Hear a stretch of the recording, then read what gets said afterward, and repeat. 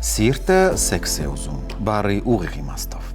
Հետազոտությունները պարզել են, որ շաբաթական 2, երբեմն նաև 3 անգամ սեռական հարաբերությունները զգալիորեն լավացնում են սրտի վիճակը, խոսքը գլխավոր սրտի մասին է։ Ինչու, որովհետև հետազոտությունների տվյալների համաձայն շաբաթական 2 անգամ սեռական հարաբերությունները հիանալի սրտային մարզանք են սրտի համար, ինչը ոչ միայն հաճելի է, այլ նաև առողջարար։ Բանն այն է, որ շաբաթական 2-ից 3 անգամ սեռական հարաբերությունները լավացնում են ոչ միայն սեռական օրգանների արյան շրջանառությունը, այլ նաև գլխավոր սրտի եւ նաև անոթների։ Այստեղից իհարկե պետք է անել համապատասխան հետևություններ։ Գիշերային զրույցներում մենք խոսում ենք այն ամենի մասին, ինչի մասին դուք սովորաբար լռում եք։ Բարի քեզ գիշեր։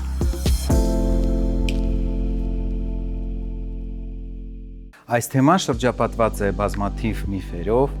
պատմություններով, ընկերական խոսակցություններով, համացանցային տարբեր տեսակի անհասկանալի հոդվածներով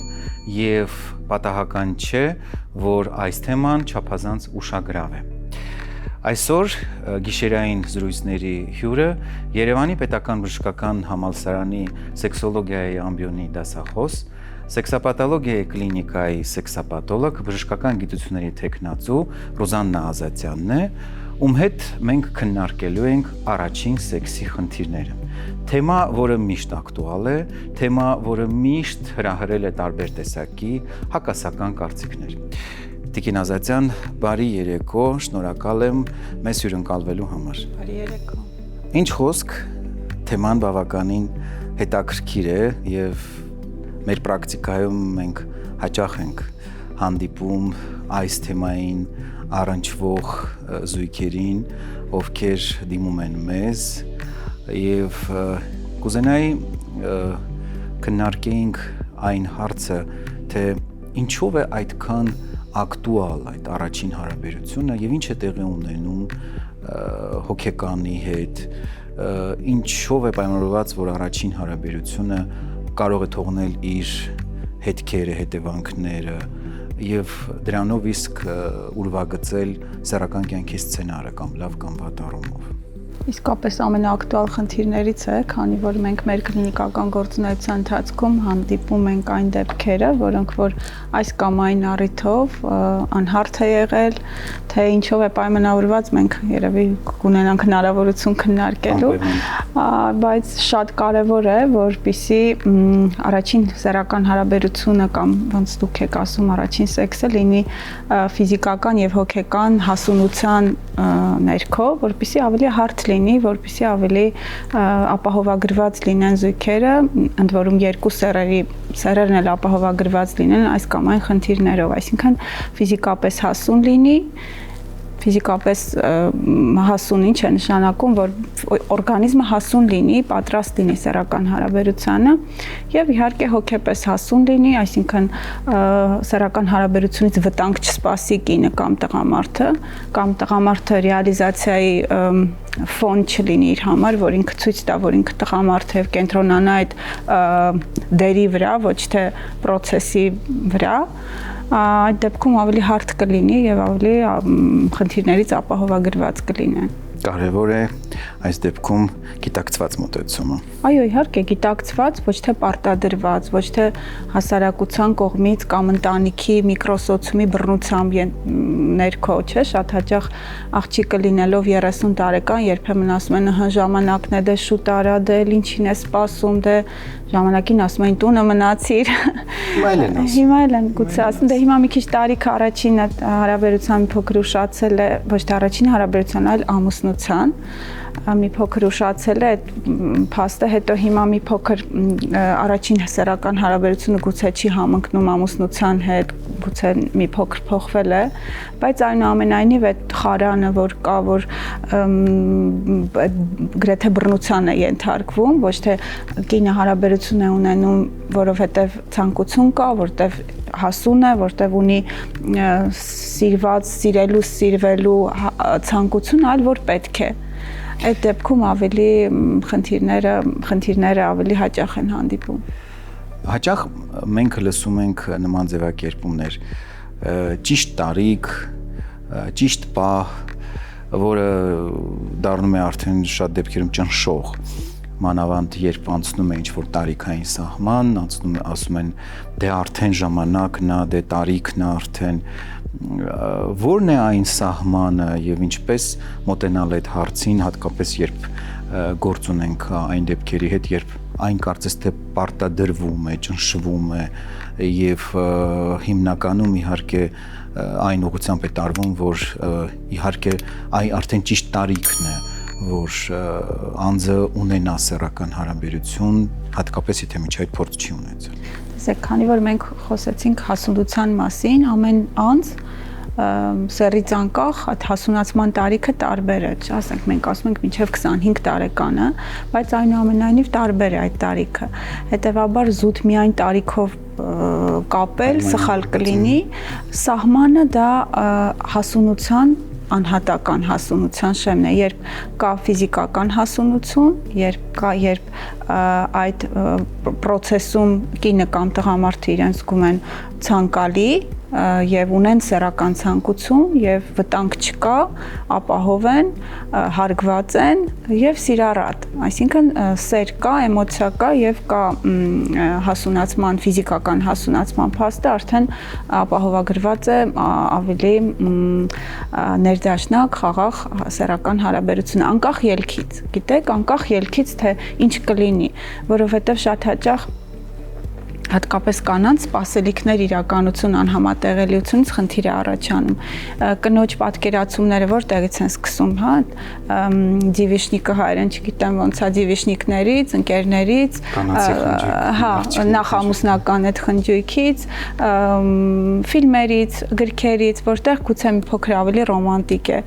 եւ իրենց սպասելիքներն ու իրականությունը հանդիպելիս, երբ որ ինչ-որ անհամապատասխանություն է լինում, որոշակի խնդիրներ են առաջանում, դրա համար չկա ինչ-որ հստակ մի բան, որը որ պետք է այդ սահմանն է, սահմանը շատ անհատական է, ընդ որում բոլոր անգամ նույն սեռի մոտ, նույն տարիքային խմբի եւ նույն հասարակության, նույն ազգի ներկայացուցիչների մոտ կարող է տարբեր լինել։ Եվ երևի թե կարևոր է նաև հուսալիությունը, դիմացենից զգալ այդ հուսալիության զգացողությունը, կանանց համար, այո, դա շատ կարևոր է վստահել, այո, դա շատ ամենակարևորն է, ճիշտ հուշեցիք, ամենակարևորը այդ վստահելը, որ տղամարդուն վստահեն, անկախ իրավիճակից թե ոնց կլինի, այո, այդ սցենարը ավելի սպասելիք իրականություն, ավելի հարթ կհամադրվի։ Մենք հաճախ ենք լսում մեր պրակտիկայում, երբ հատկապես կանայք, ինչու՞ չէ նաև տղամարդիկ, միշտ նշում են, որ առաջին տպավորությունները իհարկե ինֆորմացիան ստացել են գրքից, կինոյից, գուցե այլ աղբյուրներից եւ դրանով պայմանավորված մտնում են հարաբերության մեջ։ Բայց արի ուտես, որ բախվում են բոլորովին այլ մի տեսարանի հետ եւ իրենց սպասելիքները փաստորեն չեն իրականանում, առաջանում է մի տեսակ հուսախաբ վիճակ։ Ինչպես կարող է դա այդ չարդարացված սպասումը անդրադառնալ հետագայում կնոջ սեռական առողջության վրա։ Ինչ հետևանքներ կարող է ունենալ։ Կնոջ տեսակից կախված, որտեվ կինկա կարող է իր սպասելիքները կիսել իր զուգընկերոջ հետ, որ գիտես, ես այսպես եմ պատկերացնում, այ որ լինի սենց կլինի, ավելի բաց են, կիսվում են, կինկա որ փակ ու շատ անորոշության մեջ սպասում է այդ պահին, որտեվ ինքը սցենար ունի պլանավորած, որ այդ սցենարով պիտի լինի։ Եվ մի դեպքում, որ ինքը փակ է եւ սպասում է իր պլանավորած սցենարին կամ ինչ որտեղ զգուշություն ունի անորոշությունից, մարմինը կարծես չի տրվում ֆիզիոլոգիական փոփոխություններին հարաբերության ժամանակ, այսինքն սպազմ է լինում, կծկվում է, պրոտեստի ռեակցիա է լինում,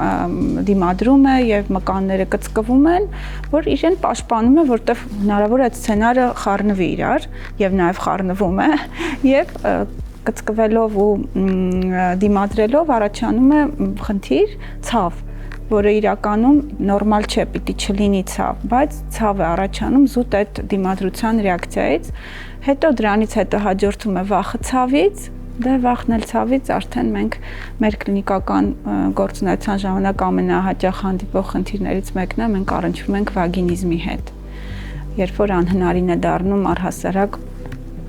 էլ անկախ հասունությունից, անկախ սահմանից, անկախ ամեն ինչից այդ ակամակցկումից անհնարին է դառնում սեռական հարաբերության իրագործումը։ Եվ այստեղ շատ կարևոր է հատկապես տղամարդու գործոնը, նրա վարքագիծը, որովհետև մենք ձեզ այդ բազմիցս նկատել ենք, ունեցել ենք բազմաթիվ կլինիկական դեպքեր, երբ առաջին գիշերվա, առաջին հարաբերության անհարթ մեղմ ասած ընթացքից հետո կնոջ մոտ առաջացել է ցավ իր բոլոր դրսևորումներով, դարձել է վագինիզմի դրսևորման պատճառ եւ բավականին տառապելուց հետո զույգը շատ ուշ հասել են մեզ մոտ, որքանով ես հիշում եմ, մենք ձեզ հետ միասին ունեցել ենք 15-17 տարվա վագինիզմի դեպք, երբ զույգը այդքան տարի տառապում էր եւ նոր վերջում դիմեցին մեզ, որպեսզի մենք ընթացքում դիմել էին դոկտոր, տարբեր մասնագետների դիմելով, պարզապես այս շատ կարևոր է զույգի ներգրավումը, երբ որ պացիենտը, չէ, մենք միֆ ունենք Հայաստանում, որ եթե կա վերարտադրողական խնդիր, դիմում է կինը, եթե կա սեռական խնդիր տղամարդը։ Եվ այդ 19 տարվա, եթե հիշում եք, բազմաթիվ են եղել, բայց ինչ է անում, տղամարդը տարբեր դռներ է ծեծում տարբեր մասնագետների, հետազոտվում է, բուժումներ են անցկացնում, սակայն չեն ներգրավում կնոջը եւ նույնը հակառակն է լինում, նույնը մեր հարգարժան գոլեգաները կանանց հետազոտելով, թեկուզ նույն վերարտադրողական կենտրոններից մեր շատ պացիենտներ են ուղղորդում, որ գնում են արհեստական արտամարմնային բեղմնավորման համար, բայց իրենք կարող են, եթե բուժում անցնեն, այսինքն իրենց պատճառը վագինիզմն է։ Եթե բուժում անցնեն, իրենք շատ լավ կարող են ինքնուրույն հղիանալ եւ երեխա ունենալ, կամ ծննդաբերությունից խուսափելուց կամ եւ այլն։ Այսինքն այս դեպքում շատ կարեւոր է, այո, վագինիզմի մի առաջացման մի մեծ խումբ կա, որ հենց տղամարդու վարքից է սկզբից, որ ասում է, երբ որ առաջին սեռական հարաբերությունը տղամարդը ընկալում է որպես տեղ, որտեղ ինքը կարող է ռեալիզացվել։ Իր բոլոր մտածած դերը, որ իրեն քերին հորեղբայրը սովորեցրել են, որ պիտի առնական լինի, ուժեղ լինի եւ ավելի հարձակվողի դերում լինի, դիմացինը կարող է կաշկանդվել, որտեղ մենք ինքն էլ իր հեքիաթային սպասելիքները ունի եւ դրանից կաշկանդվել, այո, կարող է առաջանալ զուգընկերոջ գործոնով պայմանավորված, ինչպես նաեւ կարող է երկրորդային էրեկցիայի խանգարում առաջանալ տղամարդու մոտ, երբ որ տղամարդն էլ ունի սպասելիքներ, որ պիտի հարաբերությունը լինի հարթ, չէ, եւ ամեն անգամ դիմադրության հանդիպելիս ռեֆլեկտոր անցողիկ էրեկցիայի խանգարում է լինում, կարծես դա էլ իր պաշտպանողական ռեակցիան է, այսինքն շատ կարևոր է, որ ի վերջո սա հարաբերության խնդիր է եւ շատ կարևոր է, որ անկախ ամեն ինչից, թե առաջնային որտեղից է եկել այս խնդիրը, շատ կարևոր է զույգի ներգրավումը, անկախ սկսած ախտորոշման փուլից, բուժման ընթացքում շատ կարևոր է, որ իրենք զույգով ներգրավեն, որպեսզի ավելի կարճաժամկետ եւ արդյունավետ լինի բուժումը։ Ռուզաննա, որոնք են այն ամենատարածված վախերն ու տագնապները, որոնց երիտասարդները բախվում են այս պարագայում եւ փորձենք տարբերակել կանանց մոտ եւ տղամարդկանց մոտ։ Տեսեք, վախերը բազմաթիվ են, եթե թվարկեմ, մտածում եմ ժամանակը չի հերիքի, երևի ամենահաճախ հանդիպողը։ Վախ ցավից, վախ սեռավարակներից, վախ հղիությունից, վախ չհղիանալուց, վախ կուսազրկվելուց ու բազմաթիվ են վախերը, հա, վախ խաբվելուց, մեղքի զգացում, վախ, որ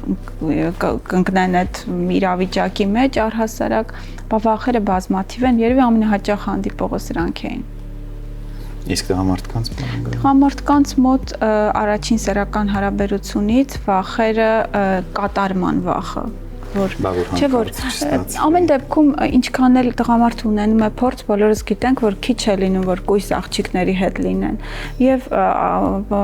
փաստը ցույց է տալիս, որ իրենք էլ ինչ որ վախեր, տագնապներ ունենում են եւ այո, կատարման վախ, ինչպես կիրագործվի, ինչպես կլինի, չէ՞ որ իրենք էլ են առաջին անգամ եւ հնարավոր է ինչ որտեղ կաշկանդվածություն եւ անհարթություն պայմանավորված լինի իրենց վախով։ Որոշակի տիպի տղամարդկանց մոտ։ Հատկապես մեր օրերում, երբ համացանցը հրամցնում է ամեն տեսակի գրականություն մի կողմից, պորնոֆիլմերի չափազանցված տեսարանները մյուս կողմից, երիտասարդի մոտ առաջացնում են որոշակի մի պատկերացում, որին ինքը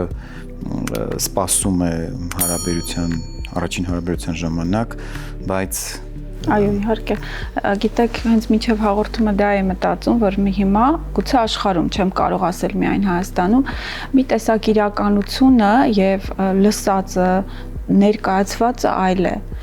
Չգիտեմ, մտածում եմ որտեղից է այդ արմատը, նույն միֆերը սեռական կյանքի վերաբերյալ, հա,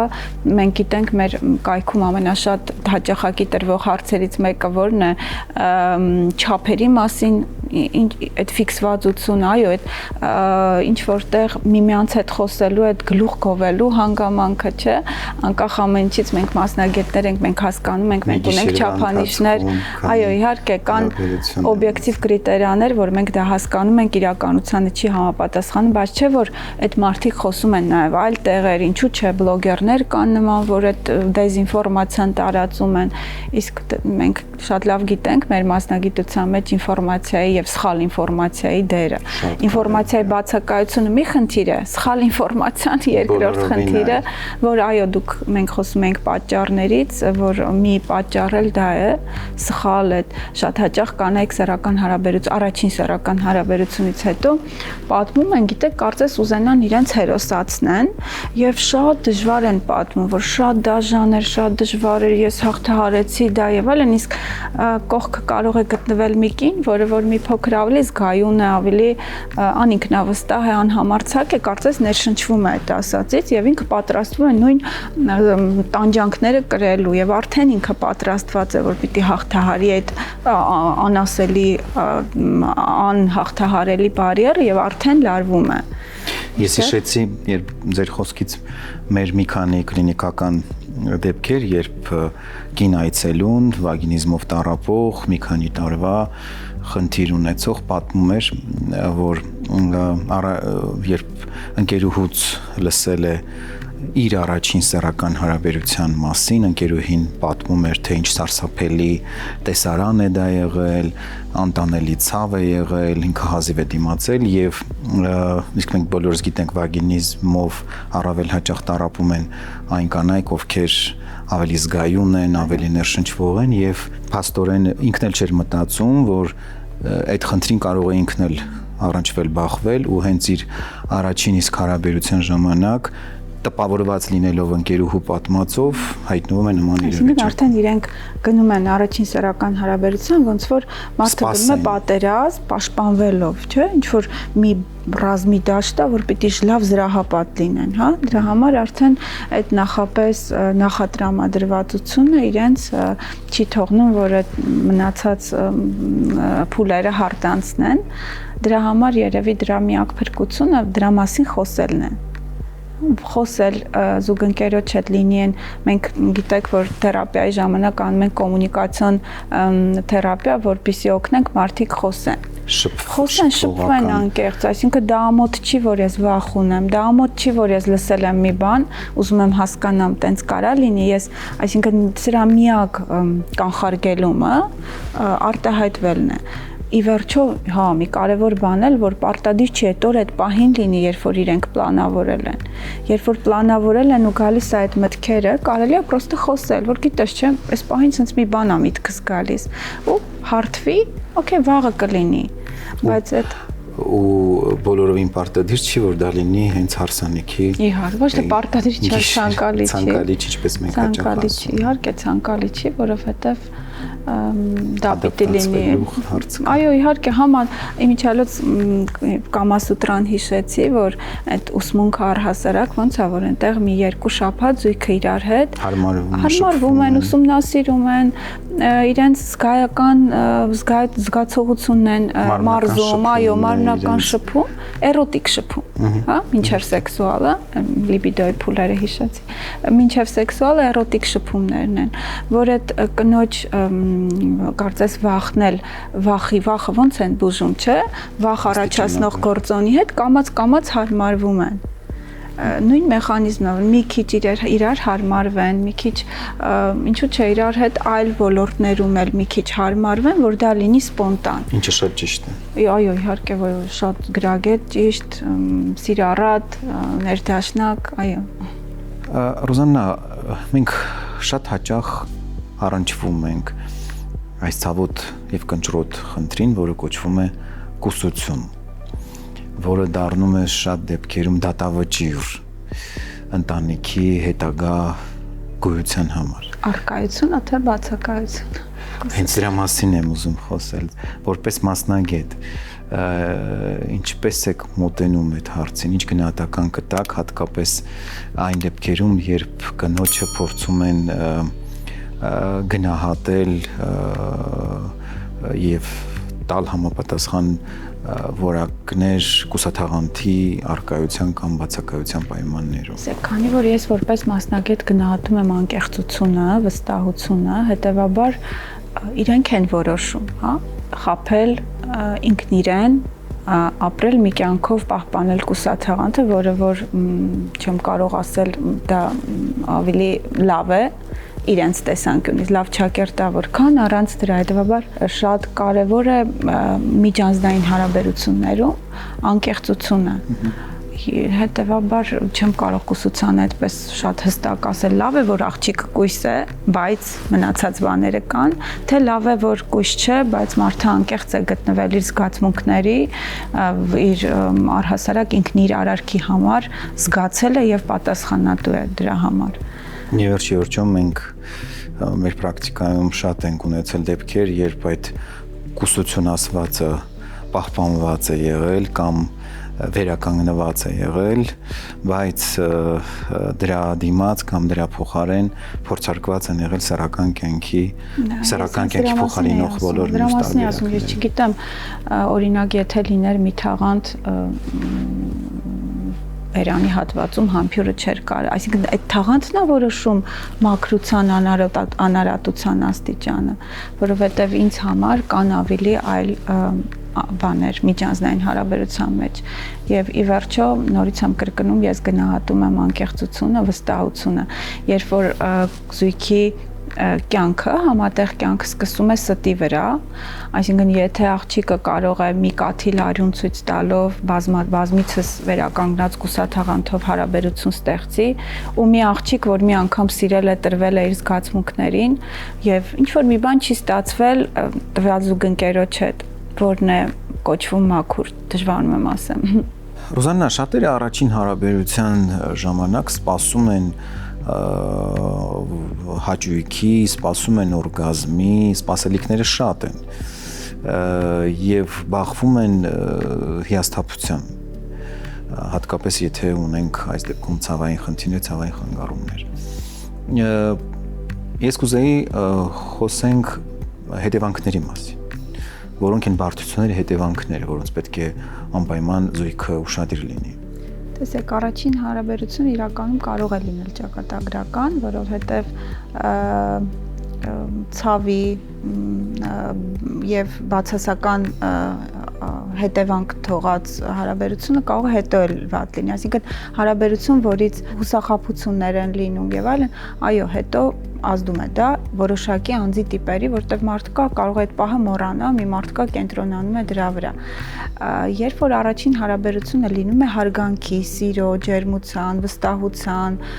եւ ոչ պարտադրանքի ֆոնի վրա, միանշանակ անկախ ելքից լավ ազդեցություն է թողնում հետոյի վրա։ Իսկ երբ որ լինում է պարտադրանք, բռնություն, այսօր պիտի լինի, պարտադիր պիտի լինի, կապ չունի ուզում ես, չես ուզում, պիտի լինի, բնականաբար հետոյի վրա լինում է բացասական ազդեցություն։ Եվ վերադառնանք մեր առաջին հարցին, շատ կարևոր է սպասելիքները կիսել զուգընկերոջ հետ։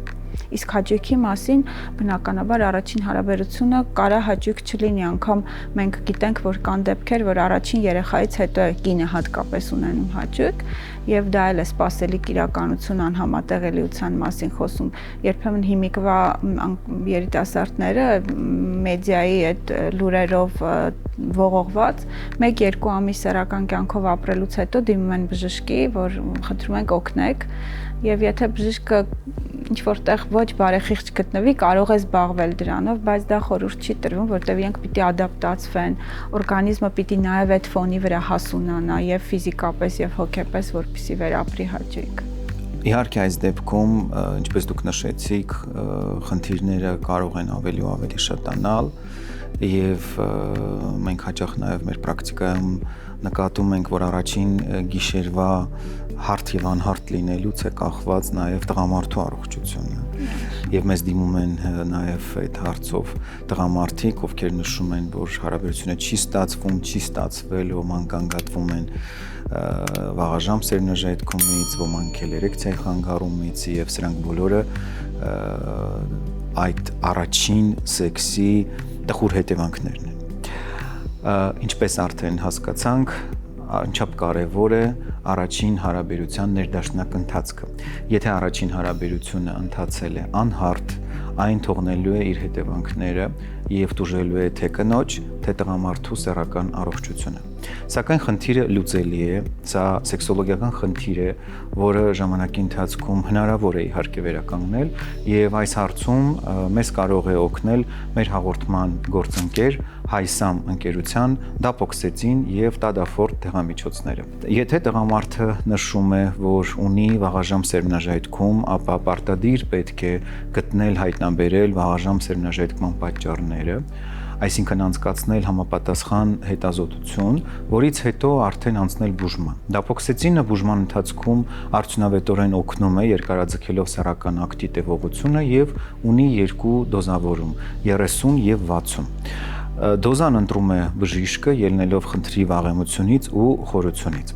Դապոքսեցինը նաև ժամանակի ընթացքում արդյունավետորեն ազդում է երկարաձգելով սեռական ակտի տևողությունը,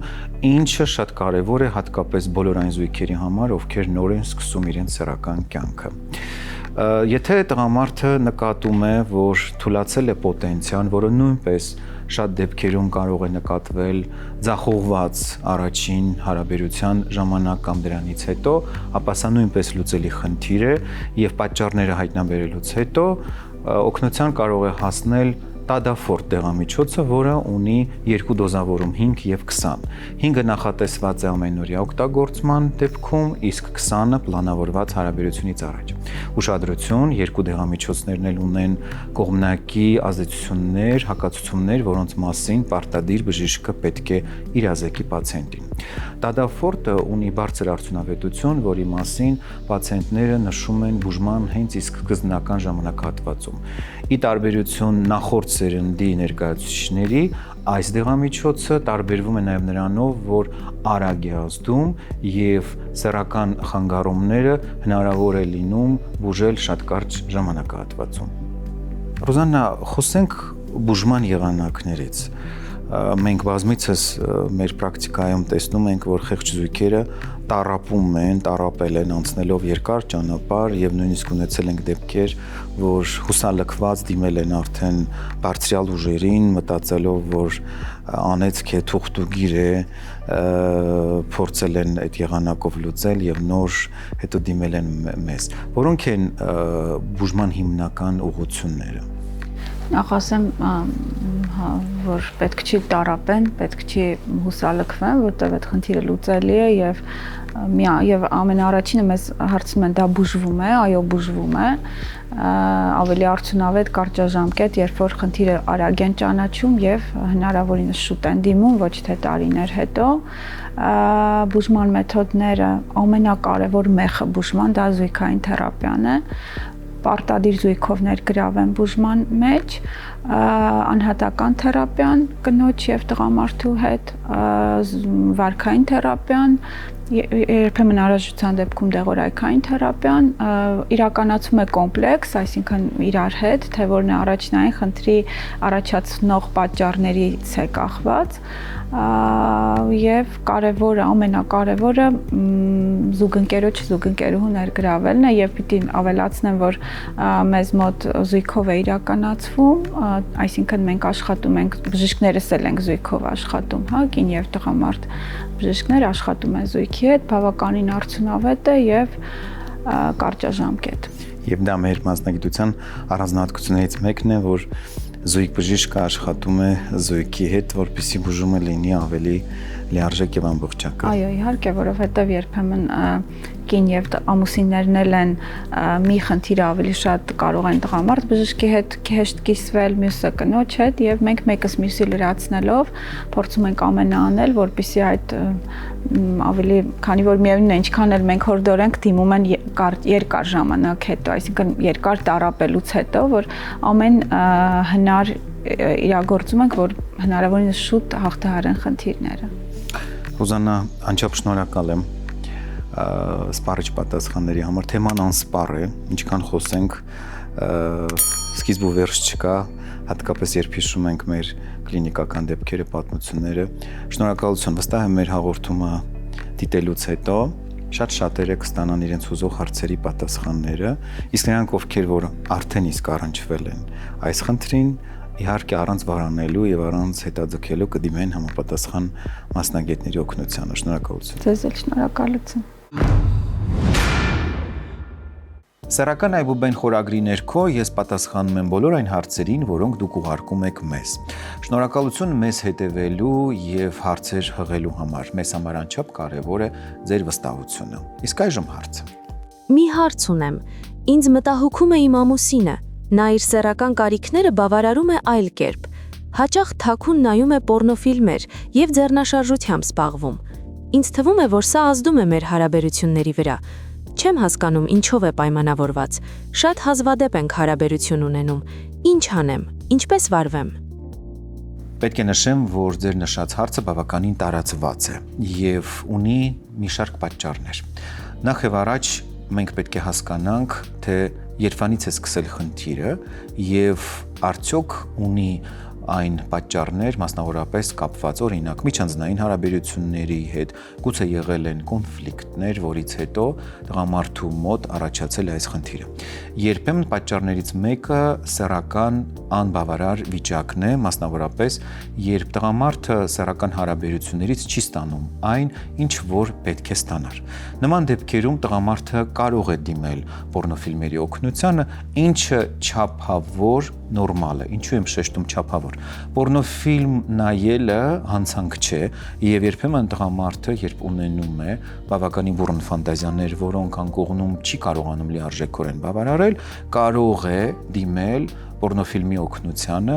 եւ այդ ժամանակ իհարկե պետք է ուշադրություն դարձնել հատկապես նրան, որ դա չդառնա կախյալություն։ Այսինքն, եթե դա պարտադիր պայման չէ, որ տղամարդը ստանա սեռական բավարարություն, նշանակում է մենք դեռ խնդիր չունենք։ Խնդիրը, երբ տղամարդը դիմում է այդ տարբերակին պարբերաբար եւ մոռանում է անկողնային հարաբերությունների մասին ու իր սեռական կարիքները բավարարում է պոռնոֆիլմեր նայելով։ Սա արդեն ստեղծում է կախյալություն եւ տղամարդը փաստորեն իր սեռական կարիքները բավարարում է պոռնոֆիլմեր նայելով եւ ձեռնաշարժության օգնությամբ։ Լուծելի է այս խնդիրը։ Այո, լուծելի է։ Եվ մենք պետք է նման դեպքերում արդեն աշխատենք զույգի հետ, ընդ որում պարտադիր լսելով երկուսին էլ, որովհետև որպես կանոն փորձը ցույց է տալիս, որ նման դեպքերում տղամարդիկ ամբողջությամբ չեն ներկայացնում խնդիրը, իսկ կանանց հետ աշխատելիս խնդիրը արդեն ամբողջովին պարզ է դառնում։ Նախ եւ առաջ պետք է հասկանալ, թե արդյոք կնոջ եւ տղամարդու միջև անկողնային բաց խոսակցություն եղել է թե ոչ, որովհետեւ զույգերը որպես կանոն այս խնդիրների մասին չեն խոսում։ Այսինքն, նախ եւ առաջ պետք է որ զրուցենք եւ հասկանանք, թե որտեղից է խնդիրը ստեղծվել։ Երկրորդը, պետք է նման դեպքերում անպայման ոչ թե կոնֆլիկտի, այլ շատ հանգիստ ձևով պարզել, թե ինչ ֆանտազիաներ ունի տղամարդը, ինչ ֆանտազիաներ ունի կինը, եւ արդյոք դրանք մեկը մյուսի համար լսելի եւ ընդունելի են, թե ոչ։ Եվ երրորդը, որը նույնպես շատ կարեւոր է, դա մեկը մյուսի անձնական սեռական սահմանների ընդունումն է։ Այսինքն, այնտեղ որտեղ մեկի համար հաճելի է, պետք է նաև հաճելի լինի մյուսի համար եւ հակառակը։ Չի կարելի պարտադրել սեռական ցանկությունը, հատկապես տղամարդու կողմից պարտադիր ձևով իրականացնել, եթե կնոջ համար դա հաճելի չէ։ Երբեմն որոշ դեպքերում կանայք նշում են, որ ինչ որ բաներ իրենց համար անկողնում այդքան էլ ցանկալի չի, որը տղամարդը պարտադիր պահանջում է, որ իրականություն լինի։ Օրինակ, օրալային հարաբերությունը, որի մասին մենք իդեպ խոսել ենք։ Որոշ դեպքերում տղամարդիկ, երբ երկար ժամանակ բավարարվում են միմիայն պոռնոֆիլմեր նայելով, սեռական հարաբերության ժամանակ կարող են ունենալ խնդիրներ։ Նրանց մոտ հաճախ նկատվում է պոտենցիայի խանգարում, ինչու՞, քանի որ պոռնոֆիլմերի դիտման ժամանակ գրգռվելը հեշտ է եւ հավելյալ ճիքեր չի պահանջում, ինչը բոլորովին այլ է ռեալ հարաբերության ժամանակ, որտեղ տղամարդը պետք է արդեն մտածի